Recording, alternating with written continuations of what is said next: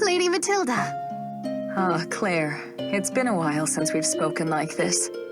It really has. I was dreadfully worried about you after Desai took you captive. Thanks be to the Mother that you're safe and sound. No, thank you, Claire.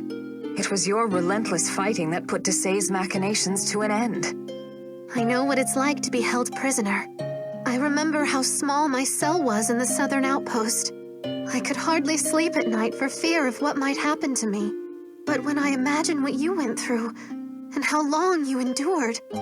You have a good heart, Claire. It means everything to me to know you cared so deeply. But I was never afraid. I knew in my heart that Clive would come for me. You truly are strong, Mathilda. I hope that I might learn from your courage. And I from your kindness.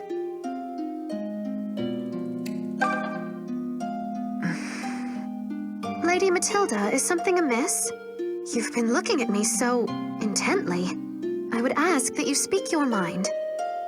Forgive me, I didn't mean to stare. I just cannot help but notice how much you've changed. Me? In what way? Do you recall the last time we spoke like this? You were so compassionate. Recently, I've taken note of how you look out for everyone around you. You're there for them before they even think to ask for help. You've grown into a fine woman. Really? I hadn't noticed. Also, I think you may be imagining it. But you just proved it. I did? The old Claire would have snapped at the suggestion she'd done any growing up. You always did hate being treated as a child, even when it was the case. What? That simply isn't true. Well, maybe it's a little true.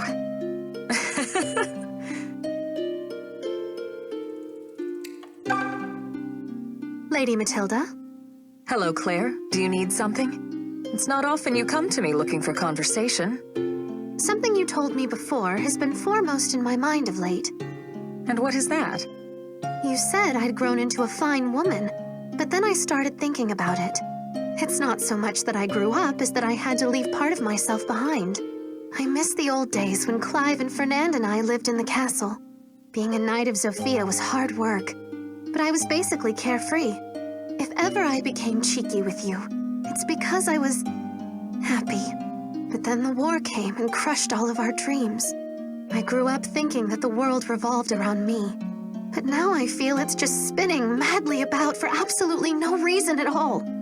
Claire. I know. You're going to tell me this is what it means to grow up. But I miss the part of me that believed things would always turn out all right. You may mourn it all you like, Claire. But such loss is part of growing up. And it's turned you into a fine woman. Thank you, Mathilda. And by the way, whoever said that our dreams have been crushed? It's true that things don't always turn out the way we want them to. But we can still find other ways to realize our desires. Just because you see the world for what it is, doesn't mean you have to give up. I suppose you're right. I have to be stronger. Clive needs me to keep my chin up after all. You will be happy again one day, Claire. I promise you this. And Clive and I intend to be part of that happiness. I hope so. I know so. And feel free to lean on me more, okay? After all, we'll be sisters someday. If you keep being this nice, I suppose I'll allow it.